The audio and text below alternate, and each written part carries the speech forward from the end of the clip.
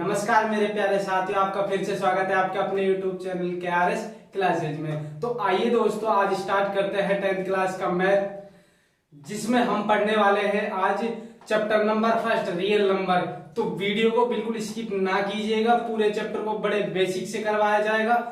और जो आज है कुछ हम नंबरों के बारे में डिस्कस करने वाले हैं, जो आपने 9th 8th 7th से ही स्टार्ट हो जाते हैं बेसिक नंबर, कि नंबर्स कौन कौन से होते हैं, यानी कि प्राकृतिक में या हमने बनाए कितने प्रकार के नंबर होते हैं, जो इस चैप्टर में मोस्टली बहुत महत्वपूर्ण तरीके से काम आने वाले हैं। तो आइए दोस्तों उनके बारे में डिस्कस करते हैं।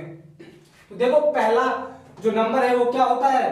प्राकृतिक संख्या, यानी नेचुरल नंबर। ये क्या होता है दोस्तों? ऐसा नहीं लगता कि जैसे कि प्राकृतिक की बात हो रही हो, तो जो प्राकृतिक ने दिए हो, यानी देखो ये मेरे हाथ में उंगलियां कितनी, ऐसे गिनते हो क्या आप? 0 नहीं, कैसे गिनते हो? 1 2 3 4। यानी कि क्या बोल सकते हैं, जिन संख्याओं को गिना जा सके या जिन नंबरों को गिना जा सके, कौन सी संख्याएं कहलाती हैं? प्राकृतिक संख्याएं कहलाती है, या जिन्हें हमें प्राकृतिक ने दिया है क्या कहलाती हो? प्राकृतिक नंबर कहलाती हैं। अब वो कौन कौन से होते हैं तो देखो, लिख सकते हैं जिन नंबर संख्याओं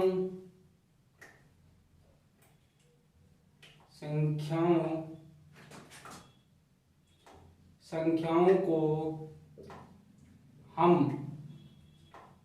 गिन सकते हैं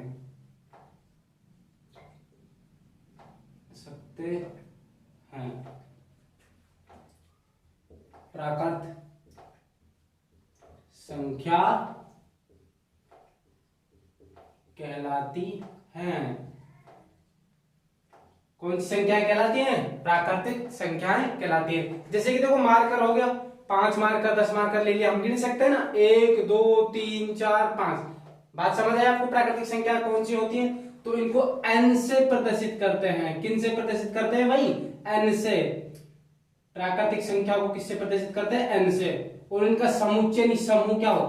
ये कहां से स्टार्ट होती है? 1 से, ठीक है, और चलती जाएंगी। बात समझ आई आपको? अब देखो, इसके बाद हम कौन सी संख्याएं पढ़ने वाले हैं? पूर्ण संख्याएं, होल नंबर। अभी पूर्ण संख्याएं क्या होती हैं? देखो, ये मेरे पास मार्कर है इस टाइम। कितना मार्कर है आप बताइए? एक मार्कर है ना। अब क्या है मेरे पास? है क्या मार्कर? नहीं है तो क्या है? 0 मार्कर। नहीं है नहीं साथ में मार्कर, तो क्या हो गया? 0 मार्कर। यानी कि क्या होती है पूर्ण संख्या? वह संख्याएं होती हैं जिनमें 0 शामिल कर दिया जाता है। क्या शामिल कर दिया जाता है? 0। अब देखो, मेरा हाथ नहीं है, मेरे हाथ में सारी उंगलियां कटी हुई है मान लीजिए, ठीक है, तो मैं गिन सकता हूं कि 1 2 3। नहीं गिन सकता ना, तो क्या करूंगा? इस हाथ में अगर उंगलियां कटी हुई है तो क्या बोल देंगे? 0 उंगलियां है। क्या है? 0 उंगलियां। अगर उंगलियां है तो कैसे गिनेंगे? 1 2 3 4। यानी कि जिन संख्याओं में, जिन प्राकृतिक संख्याओं में शून्य को ऐड कर दिया जाता है, क्या संख्या कहलाती है? पूर्ण संख्याएं कहलाती हैं। आई बात समझ में? देखो, परिभाषा लिखते हैं, वह संख्याएं, वह प्राकृतिक संख्याएं। ऐसे लिखोगे, कैसे लिखोगे? वह प्राकृत संख्याएं जिनमें शून्य को शामिल कर दिया जाता है।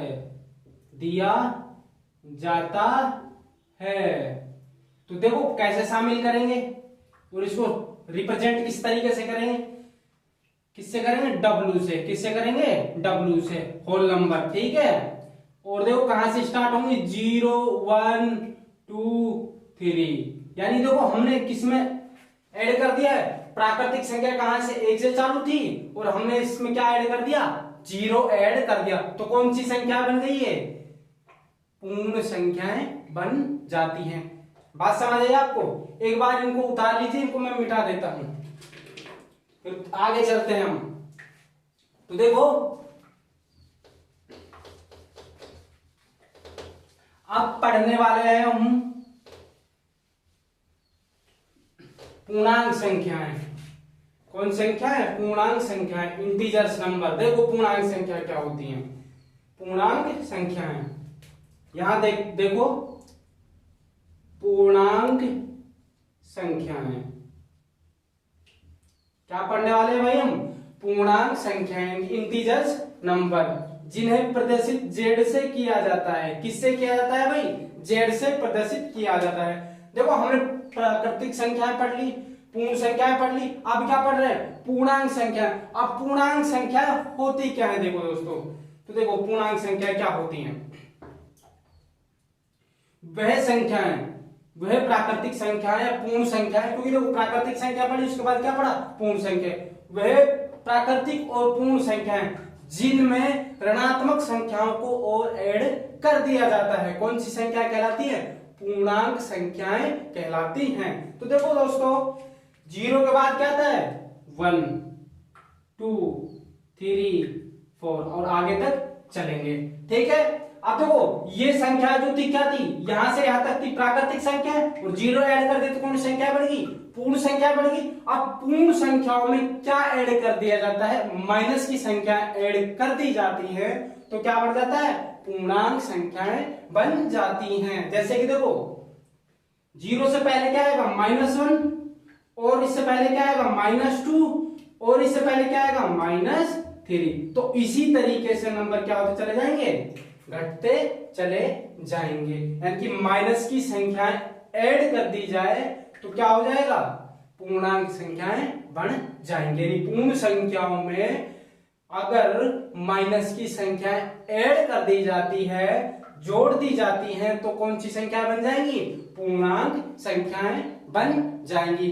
या इस तरीके से बोल सकते हैं, अगर आपको इसकी परिभाषा लिखनी है तो कैसे? कि शून्य को आधार मानकर, शून्य को आधार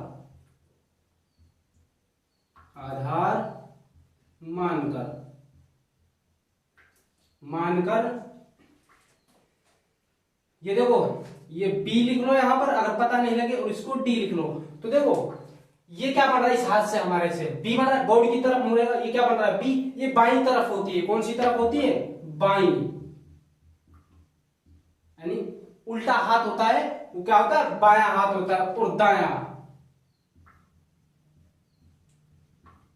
ठीक है। तो मैं कहना क्या चाह रहा हूं? जीरो को आधार मानकर, यानी बीच में जीरो लिख दो, और दाईं तरफ, यानी देखो इस हाथ से हमारे डी बन रहा है, देखो छोटा डी, और इस हाथ से हमारे क्या बन रहा है? छोटा बी। यानी कि जीरो को आधार मानकर इस तरीके से खड़े होंगे। दाईं तरफ यानी सीधे हाथ की तरफ धनात्मक संख्याएं लिखी हो, और बाईं तरफ यानी कि बी देखो बन रहा है, बाईं तरफ ऋणात्मक संख्या लिखी हो, तो कौन सी संख्या कहलाएंगी? वो पूर्णांक संख्याएं कहलाती हैं। आई बात समझ में? तो देखो किसको आधार माना? जीरो को बीच में लेना है, ठीक है। और अगर ऐसा नहीं लिखना चाहो तो आप क्या लिख सकते हो? कि पूर्ण संख्याओं में, पूर्ण संख्याओं की परिभाषा याद हो गई, तो पूर्ण संख्याओं में अगर माइनस की संख्याएं ऐड कर दी जाती हैं तो कौन सी संख्याएं बन जाती है? पूर्णांक संख्याएं बन जाती हैं, जिन्हें हम किससे प्रदर्शित करेंगे? जेड से। किससे प्रदर्शित करेंगे? जेड से। यानी किस तरीके से लिखेंगे फिर? जीरो को आधार मानेंगे, दाईं तरफ तो धनात्मक संख्या है, जीरो के दाईं तरफ तो धनात्मक संख्या है, और बाईं तरफ कौन सी होंगी? ऋणात्मक संख्याएं होंगी।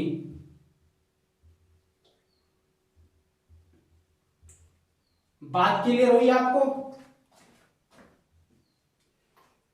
मैं आशा करता हूं आपको यहां तक बिल्कुल क्लियर तरीके से समझ आया होगा। तो आगे चलते हैं हम, ठीक है। इसको मैं रब कर देता हूं, एक बार उतार लीजिए। देख लिया? चले आगे। ये हम 7th क्लास से ही पढ़ना स्टार्ट कर देते हैं, और 9th क्लास में इसके ऊपर पूरा चैप्टर है संख्याएं, तो वहां पर भी देखा होगा। और बाकी यहां से बेसिक एक बार बेसिक कर लेते हैं, उसके बाद हम आगे चलेंगे इसमें, ठीक है। तो देखिए अब पढ़ेंगे हम सम संख्याएं क्या होती हैं। सम संख्याएं, देखो सम संख्याएं क्या होती हैं? वह संख्याएं, कौन सी संख्याएं? वह संख्याएं, वह संख्याएं जिनमें मैं 2 का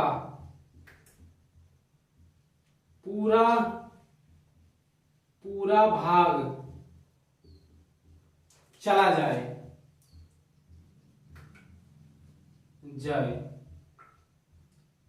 सम संख्या कहलाती है। कौन सी संख्या कहलाती है भाई? सम संख्याएं कहलाती हैं।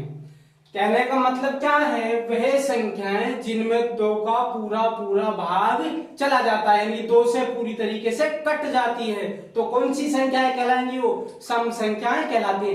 तो देखो दोस्तों, 0 में अगर 2 का भाग देंगे तो क्या आ जाएगा? 0, यानी 2 से भाग चला गया। ये कौन सी संख्या हो गई? सम संख्या। आई बात समझ में? अब 1 को लेंगे, क्या 1 में पूरा भाग जाएगा? नहीं जाएगा। तो कितना आ जाएगा? 0.5। बात समझ आई? पूरा भाग नहीं जा रहा तो 1 भी क्या नहीं होगी? सम संख्या नहीं होगी। तो सम संख्या कौन सी होगी? सम संख्या होगी 2, क्योंकि 2 में हम 2 का भाग चला जाता है पूरा एक बार। तो इसके बाद 3 होगी? बिल्कुल नहीं होगी। तो क्या होगी? 4। इसके बाद क्या होगी? 6। तो आगे तक चलता जाएगा। आई बात समझ में? क्लियर है ना? अब आगे देखो, विषम संख्याओं के लिए पढ़ते हैं। विषम संख्याएं क्या होती हैं? विषम संख्याएं तो थोड़ा गैप हो गया, देख लेना, ठीक है भाई। देखो, विषम संख्याएं क्या होती हैं? विषम संख्याएं वह संख्याएं जिनमें 2 का पूरा भाग नहीं जाए। इसको नहीं जाए कर लो, नहीं जाए, विषम संख्या कहलाती है। क्या कहलाती है? विषम। ये बहुत इंपॉर्टेंट चीजें हैं हमारे लिए, काम आने वाली, ठीक है। तो 1 क्या विषम होगी क्या? और 0 की बात करें तो 0 में 2 का भाग चला जाता है। मैंने क्या कहा? जिस नंबर में 2 का पूरा भाग नहीं जाता है, कौन सी संख्या कहलाती हैं? विषम संख्याएं कहलाती हैं। तो 0 में जाना, इसीलिए क्या नहीं हो गई? विषम संख्या नहीं होगी। अब 1 है, 1 में पूरा भाग नहीं जाता। 3 है, 3 में भी नहीं जाता। इसके बाद क्या होगी? 5 होगी। उसके बाद क्या हो जाएगी? 7 हो जाएगी, और आगे तक चली जाती है। बात समझ आई? तो विषम संख्या कौन सी कहलाती है? वह संख्याएं जिनमें 2 का पूरा भाग नहीं जाता है, कौन सी संख्या कहलाती हैं? विषम संख्याएं कहलाती हैं। यहां तक क्लियर हुआ होगा? तो आगे देखते हैं, परिमेय संख्याएं क्या होती हैं। मिटा दो इसको, देख लो एक बार।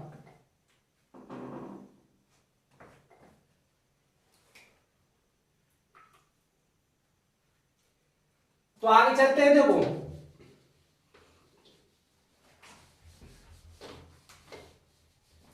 अब पढ़ेंगे परिमेय संख्याएं क्या होती हैं। बहुत ही इंटरेस्टिंग होने वाली है ये वीडियो।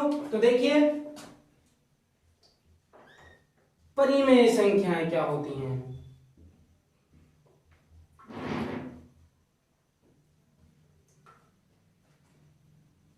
परिमेय संख्याएं, इन्हें क्यों से प्रदर्शित किया जाता है? किससे प्रदर्शित किया जाता है? क्यों से प्रदर्शित किया जाता है। तो देखो, इनको कैसे लिखते हैं? परिमेय संख्याएं क्या होती हैं? वह संख्या, देखो आपने छोटी क्लास से पढ़ लिया होगा, बाकी यहां भी देख लो एक बार। वह संख्याएं जिन्हें P/Q, यानी कैसे लिख सकते हैं? अंश बटे हर के रूप में लिख सकते हैं। किसके रूप में लिख सकते हैं? या P/Q, क्योंकि देखो ऊपर वाला जो होता है P, इसको कहते हैं अंश, और नीचे वाला होता है Q, इसको कहते हैं हर। ऐसे बोल सकते हो P/Q के रूप में लिखा जा सकता है, ठीक है। वह संख्याएं जिन्हें P/Q के रूप में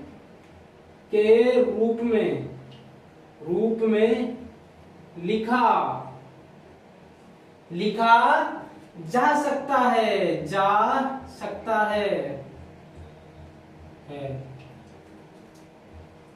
परिमेय संख्या कहलाती हैं। तो मेरा कहने का मतलब क्या है, जो परिमेय संख्याएं होती है ना, इसको क्यों से प्रदर्शित किया जाता है। किससे प्रदर्शित किया जाता है? क्यों से प्रदर्शित किया जाता है। जो परिमेय संख्याएं होती है ना, वो नहीं देखे आपने 1/2, 5/2, 3/2 या 7/5, 9/5, जो बटे वाली संख्याएं होती है ना, अंश बटे हर के रूप में लिखी जाती हैं, लेकिन Q upon P upon Q के रूप में लिखी जाती हैं जो संख्याएं, उनको क्या बोलते हैं? परिमेय संख्याएं बोलते हैं। तो देखो P बाय Q वह संख्याएं जिन्हें P बाय Q के रूप में लिख सकते हैं। और जो P है उसको क्या लिख, वो कौन सी संख्या होनी चाहिए? वो होनी चाहिए पूर्णांक संख्याएं। अब ये माइनस में भी हो सकती है, प्लस में भी हो सकती है और जीरो भी हो सकता है। ऊपर P के लिए देखो पूर्णांक संख्या, मैंने क्या बोला? पूर्णांक संख्या। अब पूर्णांक संख्याएं कौन सी होती हैं? जो माइनस होती हैं, माइनस भी होती है, प्लस भी होती है, जीरो भी होता है उनमें, ठीक है। ये पूर्णांक संख्याएं कहलाती हैं। बात समझ आई? बात समझ आई ना? वह संख्याएं जिन्हें P अपॉन Q के रूप में लिख सकते हैं, कौन सी संख्याएं कहलाती हैं? परिमेय संख्याएं कहलाती हैं। लेकिन एक चीज देखना, एक बात देखना है यहाँ पर क्या देखेंगे? जो Q है ना, Q, उसको कभी भी जीरो के बराबर नहीं लिखेंगे। पूर्णांक ले सकते हैं, कोई भी पूर्णांक कोई भी ले सकते हैं, लेकिन Q का मान है वो जीरो नहीं लेंगे। यहाँ पर तो पूर्णांक में जीरो भी शामिल है, लेकिन हमको Q का मान जीरो नहीं लेना है। इसका रीजन ये है, देखो इसका रीजन क्या है कि कोई भी नंबर हो, कोई भी नंबर ले लो ऊपर, अगर उसको अंश बटे हर के रूप में लिख रहे हो, परिमेय संख्या के रूप में लिख रहे हो, तो अगर जीरो लगा दोगे उसके नीचे, ठीक है ना, तो ये नंबर है क्या बन जाता है? अनंत बन जाता है। इनफाइनाइट इसको परिभाषित नहीं, इसको मतलब हम लिख नहीं सकते हैं, ठीक है। क्या बन जाता है? अनंत बन जाता है, ठीक है। इसका मान प्राप्त नहीं हो सकता, ठीक है, अनंत हो जाएगा, ठीक है, जैसे कि नहीं जा सकता। बात समझ आई? इसीलिए Q का मान हम कभी भी जीरो नहीं रखेंगे और कोई भी पूर्णांक ले सकते हैं। बात समझ आई आपको? तो देखो वह संख्याएं जिन्हें P अपॉन Q के रूप में लिखा जा सकता है, वो कौन सी संख्या कहलाती हैं? परिमेय संख्याएं कहलाती हैं। और Q का मान कभी भी जीरो नहीं लेना है, बाकी हम P का मान जीरो ले सकते हैं। बात समझ आई? तो पूर्णांक संख्या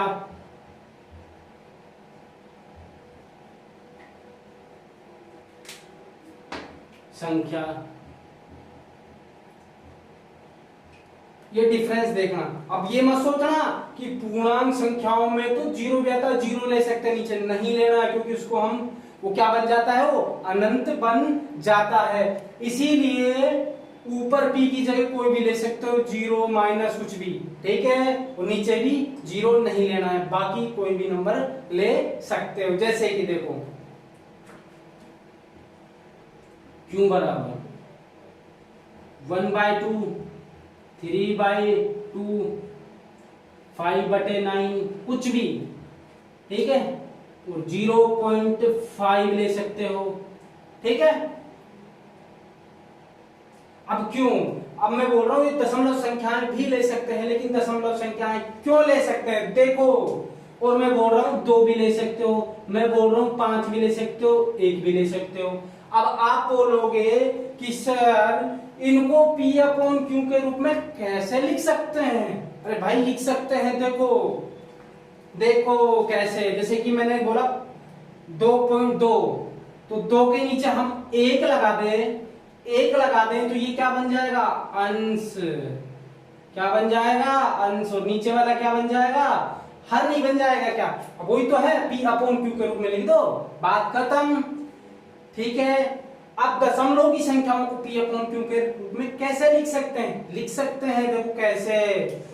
तो देखो 0.5 बताया मैंने आपको, तो इसको हम क्या लिख सकते हैं, पॉइंट के बाद कितना नंबर है, एक, 5 ही तो है, 5, अगर पॉइंट हटाएंगे हम तो क्या बच जाएगा, 5/10। अब ये क्या हो गया, अंश, और ये क्या हो गया, हर।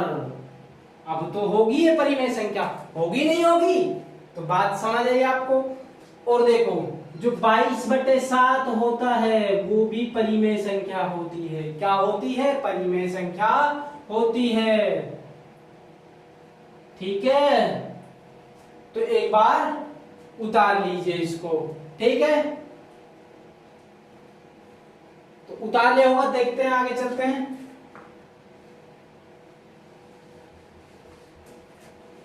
अब पढ़ने वाले हैं ए परिमेय संख्या, जस्ट इसका उल्टा ही होता है, कुछ भी नहीं, इसका उल्टा ही होता है। क्या होता है, वह संख्या है जिन्हें P/Q के रूप में नहीं लिख सकते, बात खत्म।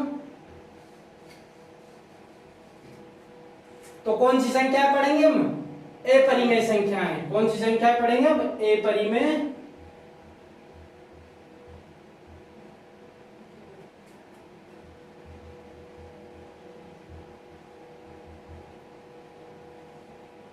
ठीक है।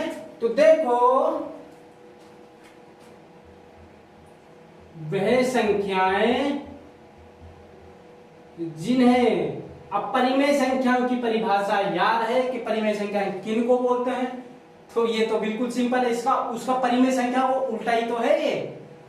वह संख्याएं जिन्हें P/Q के रूप में नहीं लिखा जा सकता है, ए परिमेय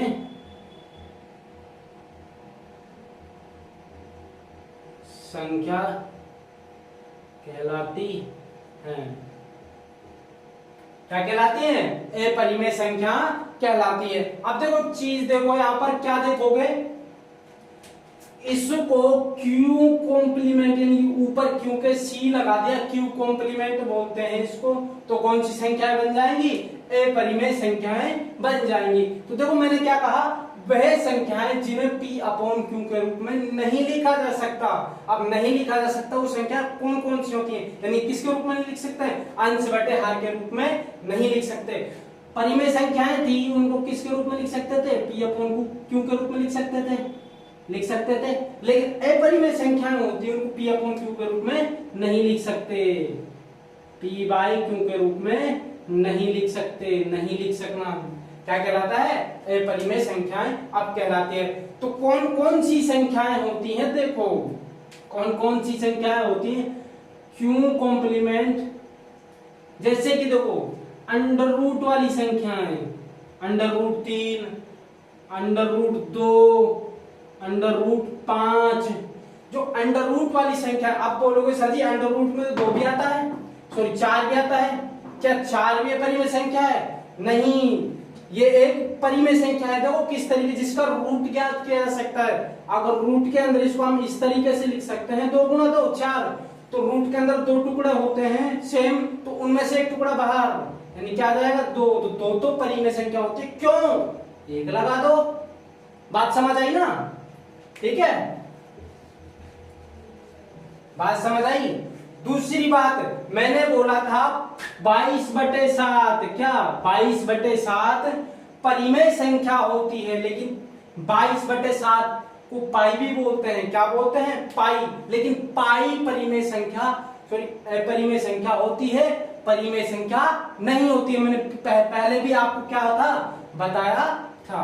तो देखो पाई होता है, ये भी क्या होता है, अपरिमेय संख्या होता है। और मैंने ऊपर पहले बताया था परिमेय संख्याओं में क्या बताया था कि जो परिमेय संख्या होती है वो दशमलव के रूप में भी होती है, ठीक है, यानी कि 0.25, लेकिन ये क्यों होती है परिमेय संख्या, दशमलव के बाद कुछ अंक आ रहे हैं, 2 3 इतने अंक, उधर 2 आ रहे इधर 1 आ रहा है, लेकिन कई नंबर ऐसे होते हैं, देखो अगर 10 में हम भाग दें 3 का, तो देखो कितनी बार जाएगा, 3 तिया 9, 3 बार चला गया, बचा कितना 1। फिर देखो 1 मैंने जा रहा पॉइंट लगाया 0 उतार ली, फिर 3 कर देंगे 3 बार जाएगा, फिर 1 बचेगा, फिर पॉइंट लग गया तो 0 उतार लेंगे, फिर क्या करेंगे भाग देंगे 3। तो ऐसे ऐसे ऐसे चलता ही चला जाएगा, चलेगा नहीं चलेगा। तो ये कौन से नंबर होते हैं? अशांत आवर्ती के। जो अशांत आवर्ती होती है, आवर्ती मतलब बार बार चिन्ह दोहराया जा रहा है, वही भाग चलता ही जा रहा है, चलता ही जा रहा है। और जो भाग खत्म हो जाता है 2-3 डिजिट के बाद, वो संख्या परिमेय कहलाती है, और जो खत्म नहीं होता है वो संख्या अपरिमेय कहलाती है। आई बात समझ में? नहीं आई? आई ना बात समझ में?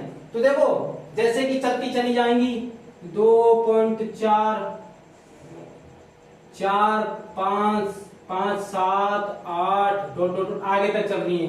तो अशांत आवर्ती की होती है, यानी कि पूरा पूरा भाग नहीं जाता है, जो कटती नहीं संख्या, चलती ही चली जाती है, चलती ही चली जाती है, चलती ही चली जाती है, वो संख्याएं कैसी कहलाती हैं? अपरिमेय संख्याएं कहलाती हैं। और पाई का जो वैल्यू होता है 22/7, यानी कि लगभग बराबर मानते हैं लेकिन होता नहीं है, तो वो परिमेय है 22/7, लेकिन पाई है जो, ये एक अपरिमेय संख्या है। बात आई आपको समझ में? क्लियर है? ठीक है। और एक चीज और बता रहा हूं कि √2 है, मान लीजिए, इसको परिमेय क्यों नहीं लिख रहे हैं? √2 है, इसको परिमेय क्यों लिखते हैं, अपरिमेय में क्यों लिखते हैं? ठीक है ना, परिमेय में क्यों नहीं लिखते, अपरिमेय में क्यों लिखते हैं? तो देखो इसका मतलब समझो।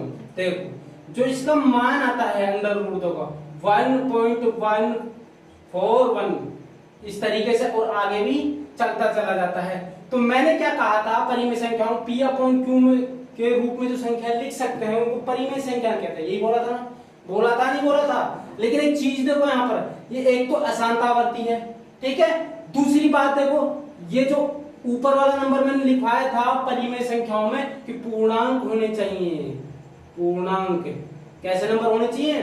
पूर्णांक। क्या पूर्णांक का मतलब क्या होता है? माइनस में कोई फर्क नहीं पड़ेगा, लेकिन नंबर पूरा होना चाहिए, ऐसा नहीं 1.5 होना कैसा चाहिए? पूरा नंबर होना चाहिए, शांत आवर्ती का नंबर होना चाहिए। आई बात समझ में? क्लियर है ना? इसीलिए √2 को P/Q के रूप में नहीं लिख सकते। आई बात समझ में? तो आगे चलते हैं, इसको एक बार लिख लीजिए। तो देखो आगे अब पढ़ते हैं वास्तविक नंबर, जो हमारे चैप्टर में मेनली काम। वास्तविक नंबर, वास्तविक संख्या, रियल नंबर, ठीक है। इसको R से प्रदर्शित किया जाता है, कैपिटल R से। बात समझ आई? अब देखो ये क्या होता है, वास्तविक संख्या क्या होती है? जितनी भी संख्याएं पढ़ी है ना हमने सब, कौन कौन सी? प्राकृतिक संख्या, पूर्ण संख्याएं, परिमेय संख्या, सम, विषम, अपरिमेय संख्याएं, सभी क्या होती है? सभी संख्याओं को लिखना ही क्या कहलाता है? वास्तविक संख्याएं कहलाता है। यानी मेरा कहने का मतलब क्या है? देखो मेरा कहने का मतलब क्या है कि प्राकृतिक संख्याओं को लिखें, पूर्ण संख्याओं को लिख दें, पूर्णांक संख्याओं को लिख दें। देखो ना यहाँ पर कैसे 0, 1, 2, 3 आगे तक, ठीक है। ये नंबर थे जो, ये नंबर, ये तो कौन से? प्राकृतिक, लेकिन 0 मिला दिया, पूर्ण संख्या बन गई। अब माइनस और लगा देंगे तो क्या बन जाएगा? कौन सा नंबर बन जाएगा? पूर्णांक। अब देखो सम संख्या कौन सी होती है? 2 आएगा, 4 भी तो आएगा। सम संख्या। विषम संख्या कौन सी होती है? 1, 3, ये विषम संख्या है। बात समझ आई? अब परिमेय संख्या क्या होती है? ये भी सभी तो परिमेय संख्या हैं। जैसे कि 2 के 1 लगा दो, बढ़ गया अंश बटे हर। अंश बटे हर बनते क्या हो गया? परिमेय संख्याएं बन जाती है। और अपरिमेय संख्याएं, अगर इनके अंदर अंडर रूट, पाई, जो अशांत आवर्ती के भाग होते हैं, ठीक है, उनको और ऐड कर दिया जाएगा तो कौन सी संख्या बन जाती है? वास्तविक संख्याएं बन जाती है। जैसे कि देखो -3, -2, -1, 0, 1, 2, 3, 4 आगे तक चलेंगे, ठीक है। ये नंबर हो, यानी कि रियल नंबर क्या होते हैं? जिनके अंदर सभी संख्याएं होती है ना, सबको ऐड कर दिया जाए तो कौन सी संख्या कहलाती है? वास्तविक संख्याएं कहलाती हैं। जैसे कि देखो √2, √3, ठीक है, और अशांतावर्ती पाई, ठीक है, √5, ठीक है, और -3, -2, -1, 0, 1, 2, 3 और ये 4 आगे तक, ठीक है। ये सभी नंबर अगर ऐड कर दिए जाए तो कौन सी संख्या कहलाती हैं? वास्तविक संख्याएं कहलाती हैं। जो हमारा काम है इन्हीं से ही काम आने वाला। बाकी सब नंबरों की जानकारी तो आपने पहले भी क्लासों में ले चुके थे, लेकिन अब भी आप और ले लीजिए इसी तरीके से। और बाकी नेक्स्ट जो अपना लेक्चर होगा उसमें हम क्या पढ़ने वाले हैं?